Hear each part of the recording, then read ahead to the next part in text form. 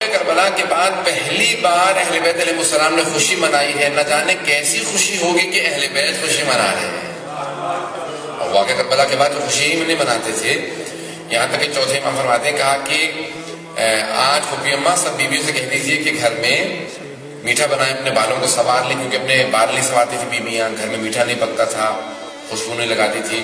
تو کہا کہ سب سے کہیں کہ اپنے بالوں کو سنواریں, سب کے سب سے کہیں کہ گھر میں میٹھا پکائیں. کیوں؟ کیونکہ آج کہا کیوں آج کیا بات ہے؟ کہا کہ آج عمر سعد کا سر آیا ہے.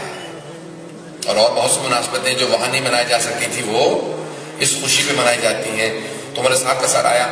پہلی بار کہتے ہیں واقعہ کربلا کے بعد امام سجاد خود مسکرائے, جو روتے رہتے تھے ہمیشہ, پہلی بار مسکرائے.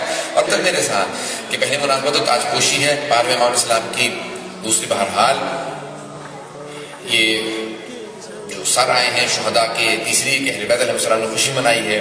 چوتھے بعض لوگوں نے لکھا ہے کہ 9 یا بلکہ 10 ربیع الاول کو جناب سیدہ خوشی منایا کرتی تھی, اسی لیے اس کو عید زہرا بھی کہا جاتا ہے. کیوں؟ واقعہ کربلا سے پہلے کہ آپ فرماتی تھی کہ 10 ربیع الاول کو شاید حدیث ملتا ہے جناب رسول خدا کی جناب خدیجہ الکبریٰ سے شادی ہوئی تھی.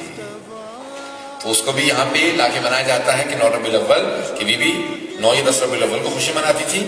کہتی تھی کہ آج پوچھا بی بی آج کیا بات ہے, خوشی کیوں منا رہی ہیں, آپ گھر میں میٹھا بنا ہوا ہے؟ کہا کہ آج میرے بابا کی میری مادر گرامی سے شادی ہوئی تھی.